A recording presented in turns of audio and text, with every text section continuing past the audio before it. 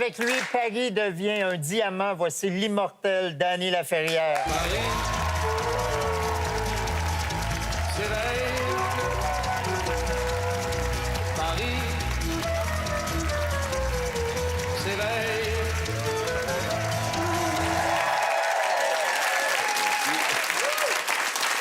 Danny Laferrière, je t'ai vu descendre. Je peux pas croire que tu viens de fêter ton 65e anniversaire. Mais il est immortel. Ben voilà. Et voilà. Voilà. Alors, je me permets de te dire, moi, souhaitez-vous un bon fête, mon cher académicien. Merci en pile. Merci en pile. Merci en pile. C'est un honneur de te recevoir, Danny, d'autant plus que le jeudi, normalement, tu sièges à l'Académie française. Donc, ce soir, t'as foxé, là, tu fais l'école buissonnière. Ben pour être ici, voilà. Et t'as le droit, est-ce que tu vas avoir une absence dans ton bulletin?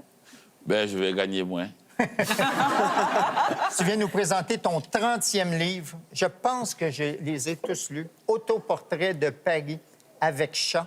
Et c'est un roman qui est très différent parce que tu l'as entièrement écrit et dessiné de ta main. L'Express a même dit que c'est le livre le plus fou et le plus libre paru en France depuis des décennies. Ton éditeur, lui, dit que ce n'est ni une bande dessinée, ni un roman graphique. Toi, t'appellerais ça comment? Un livre?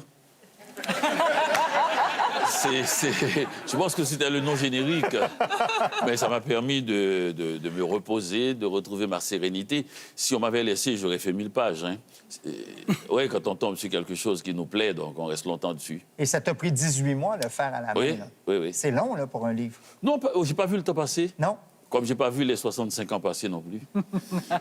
Camus à Coco Chanel, d'Ernest Hemingway à Jean-Luc Godard, de Marguerite Duras à Django Reinhardt, sans oublier Borges et Cocteau, entre autres. On plonge avec toi dans ce Paris de rêverie et de rencontres imaginaires avec ces personnages illustres. Ton livre aurait pu s'appeler « Rencontres illustrées avec mes morts préférés ».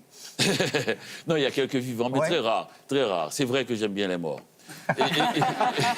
Ils sont plus vivants que nous. Non, mais les morts ne peuvent plus nous décevoir. Ils ne peuvent plus nous décevoir et puis ils sont plus vivants. La preuve, quand on lit un écrivain qui est mort depuis des siècles, il nous parle et nous sommes obligés de l'écouter.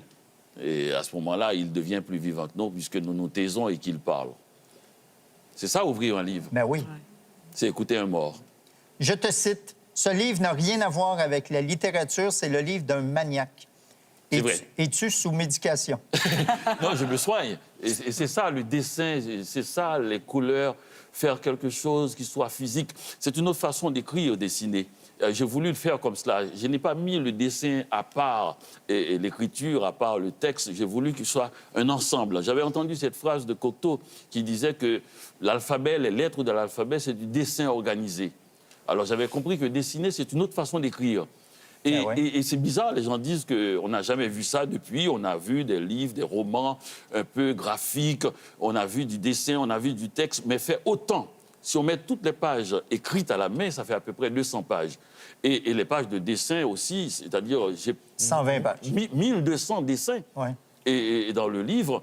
Donc j'ai fait dans l'abondance et j'aurais pu ne jamais m'arrêter. Moi, je trouve que c'est un privilège extraordinaire d'avoir accès à la main d'écriture de quelqu'un, la calligraphie qui se perd. Et ça parle beaucoup, ça. Et voilà, exactement. Ça parle beaucoup et on voit bien les hésitations, on voit bien... Parce qu'il y a des mots que j'arrive jamais à écrire. Parmi, je mets toujours S dans parmi. Alors, à chaque fois, j'hésite et on voit, et quand il y a une grosse faute très claire et que j'ai fait trop de dessins pour reprendre toute la page, alors je fais une fleur avec.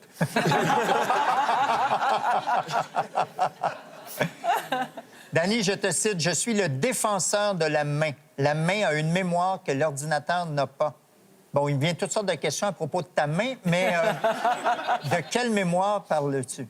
La mémoire de tout ce qu'elle a touché. Vous savez, c'est l'un des 5 sens, le toucher. La main qui a caressé la peau d'un enfant, et la main qui a caressé l'écorce d'un arbre, la main qui a connu le froid, la glace pour la première fois, le chaud, et la main qui a serré tant de mains, et la main qui a aimé, la main qui a refusé de tendre la main à ceux que nous méprisons. Donc la main a vécu. Donc cette main-là, on l'a oubliée. C'est le premier outil de l'homme et de la vie. Et quand le pouce s'était écarté du reste de la main, c'est un outil Et ça nous a servi pendant plus de 15 000 ans. Et là, brusquement, en moins de quelques décennies, nous avons mis quelque chose d'électrique au bout de cette main et nous refusons de l'utiliser. Moi, je pense que nous sommes en train de perdre quelque chose. Moi, j'adore tout ce qui est électronique. Je trouve que ce serait terrible de ne pas avoir cela. Mais de jeter la main comme ça, et vous écrivez une lettre à la main à quelqu'un, vous devez vous excuser. Je m'excuse de vous écrire à la main. Moi, de mon temps, c'était le contraire. Je m'excuse de vous envoyer une lettre dactylographiée. Ouais. Et donc, la main, je pense qu'il faudrait la reprendre. Et personne ne pense qu'il pourrait faire 320 pages à la main. Moi, j'ai eu l'idée j'ai dit, je vais écrire un livre de 1000 pages à la main. Et j'étais comme impressionné par moi-même. Je dis, mais est-ce que vous allez pouvoir le faire? Et parce que je n'écris pas bien. J'écris très, très mal. Non, je confirme, c'est vrai. Mais oui, Ah ouais? j'ai dû apprendre à écrire à la main. Vous voyez, vers la fin, ça s'est mieux organisé et je peux me lire. Donc, j'ai dû réapprendre. Et ça a coûté extrêmement cher pour apprendre à écrire. Un enfant qui apprend à écrire, c'est ardu pour faire le A. C'est compliqué, le O est facile. Mais le K, allez-y vous voir. Quand vous avez 4 ans, 3 ans, c'est très dur. Ça nous a coûté des années. Et là, on jette ça, un savoir-faire comme ça. Tu as tout à fait raison. Comment les autres membres de l'Académie française ont reçu ce livre qui est complètement hors norme? Eh bien, ils ont adoré. J'ai reçu des lettres de Marc Fumaroli. À la main? Oui, à la main. D'ailleurs, naturellement, à l'Académie, on écrit tout à la main. On envoie les lettres à la main. Mais j'ai été très impressionné. Marc Fumaroli, c'est un homme très âgé. C'est un des plus grands critiques du XVIIIe siècle vivant, peut-être le plus grand. Donc, ce type, il ne parle pas dans notre époque. Et tout se passe dans le XVIIIe siècle. Et il a employé le mot enchanté, enchanteur, enchanteresse au moins 8 fois. Wow. Et j'ai vu Michel Serres, naturellement, qui a beaucoup aimé. Et Jean-Luc Marion, qui est un philosophe pointu, grand lecteur de Kant.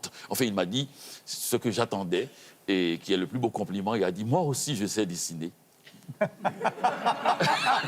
C'est ça que j'attends, moi. Marc, tu as l'air impressionné. J'adore ça. J'adore. C'est génial. On apprend plein de belles choses. C'est beau. C'est super beau. Bon, garde, j'ai un cadeau pour Oui, toi. c'est ce que je voulais. Merci.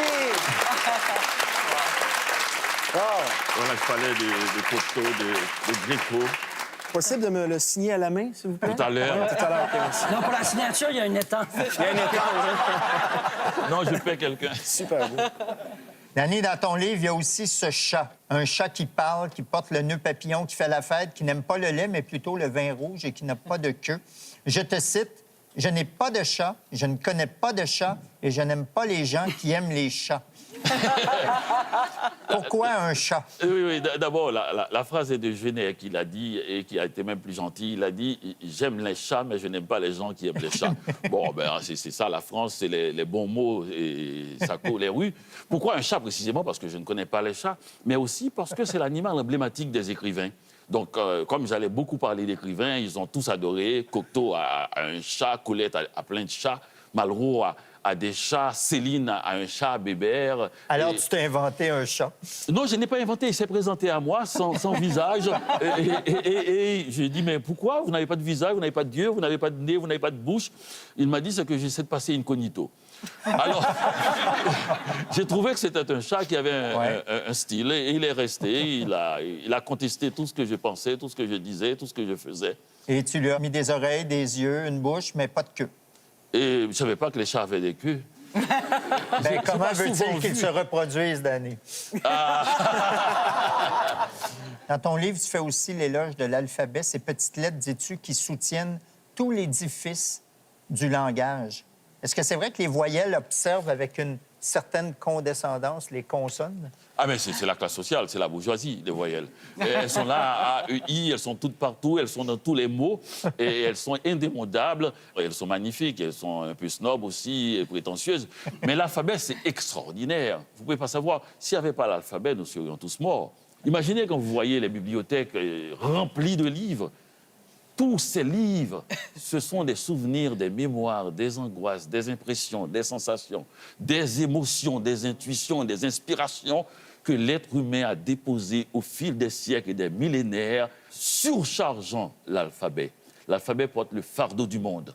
Et s'il n'y avait pas cela, vous vous imaginez, on aurait perdu toute la mémoire du monde. Hitler aurait pu nous dire qu'il n'avait pas existé.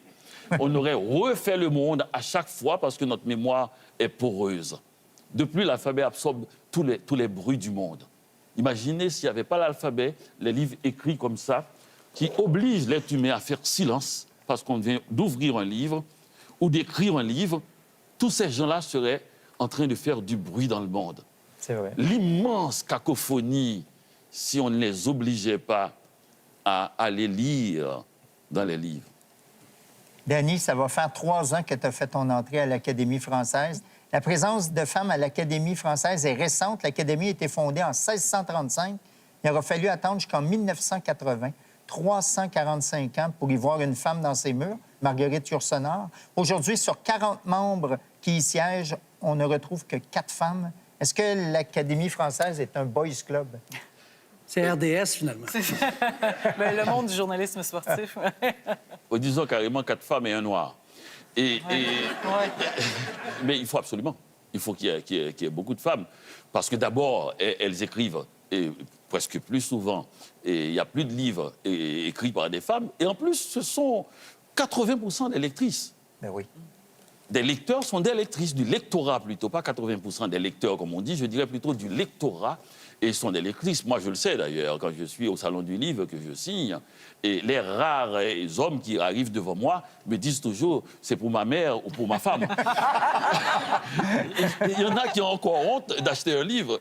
Et quelqu'un m'a dit « mais mettez là, c'est pour ma sœur ». J'ai dit « comment il s'appelle ?»« Franck ».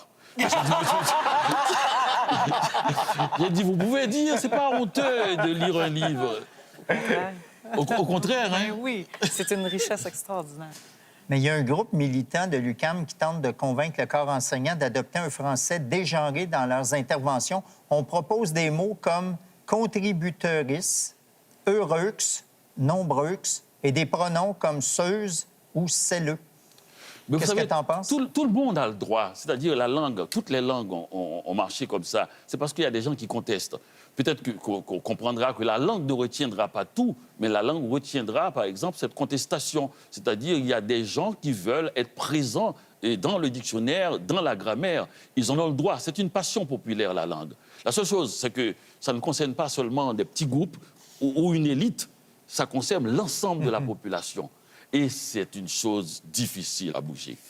Et quand on regarde l'histoire de la langue, c'est ça que l'Académie fait. Vous voyez, par exemple, quand il y a un mot à faire entrer, parce que nous ne faisons pas, nous n'avons aucune autorité définitive sur la langue et le dictionnaire. C'est le peuple qui définit ça. Oui, parce que ce n'est pas l'élite qui trouve les nouveaux mots. C'est l'usage qui définit ça. Nous prenons 35 à 40 ans pour faire une édition du dictionnaire. Aucun académicien n'a vu de sa vie 2 éditions complètes du dictionnaire. Même comme moi, je suis arrivé à la lettre V. C'est tout près. Mais nous prenons 35 à 40 ans. C'est une cathédrale construite par des fourmis. Donc c'est quelque chose d'extrême. Il faut y aller avec finesse. Il faut attendre le temps, que le temps passe et que l'usage accepte ça. Mais cela n'empêche pas qu'il y a une masse énorme de femmes qui sont sur le marché du travail, qui travaillent dans tous les secteurs. Elles ont le droit d'affirmer leur présence et demander, par exemple, que le dictionnaire reconnaisse leurs fonctions. Et ça, je pense que l'Académie est tout à fait d'accord à cela. Mais quant à toucher à la grammaire, c'est quelque chose qui dépend du peuple. Danny, cet automne, une bibliothèque publique qui devait porter ton nom a ouvert ses portes à Petit-Goâve pour remplacer celle qui avait été détruite lors du tremblement de terre en 2010. Mais on a effacé le nom de Danny Laferrière sur l'immeuble. Pourquoi? Mais parce que les gens disent que la Constitution, et là sûrement ils ont raison, et dit qu'on ne doit pas donner le nom de quelqu'un à une bibliothèque publique et qu'il ne soit pas mort. Ah. Moi, j'ai voulu rester vivant. Je suis pour la bibliothèque, mais... Plus tard. Oui, plus tard.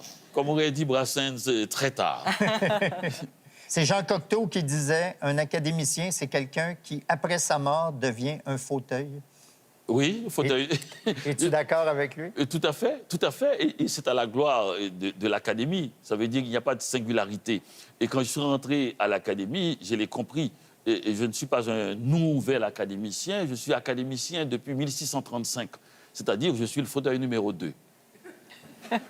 Je peux me présenter comme ça, fauteuil numéro 2. Là-bas, et tout le monde te reconnaît. Oui, tout le monde, c'est parce que sur ce fauteuil-là, où se sont assis Alexandre Dumas fils et Montesquieu, Oui. et nous faisons le même travail. C'est un courant qui passe entre nous et qui est la langue, et sa force, et son mouvement, son rythme, et les émotions qui l'accompagnent. Est-ce que le fauteuil numéro 2 accepte de rester avec nous? Le fauteuil numéro 2 ne se déplace jamais. Merci, Dany Laferrière. Alors, Dany, c'est ma première carte manuscrite de l'histoire de l'émission. Je l'ai écrite à la main. Oh, merci, merci. Oula, et c'est écrit, mieux que moi. Avec ton nouveau livre, tu confirmes que tu es un grand écrivain et tu prouves que tu n'es surtout pas un sans-dessin. Merci, Dany Laferrière. Après la pause, Marc Bergevin. Comme Chantal, est-ce que vous sacrez parfois en regardant les matchs? Parce que tout à l'heure, elle nous a avoué qu'elle disait « patine, esti de chaudron ». Oui, disons que durant une partie, je suis émotionnel, oui. Très. Surtout cette année.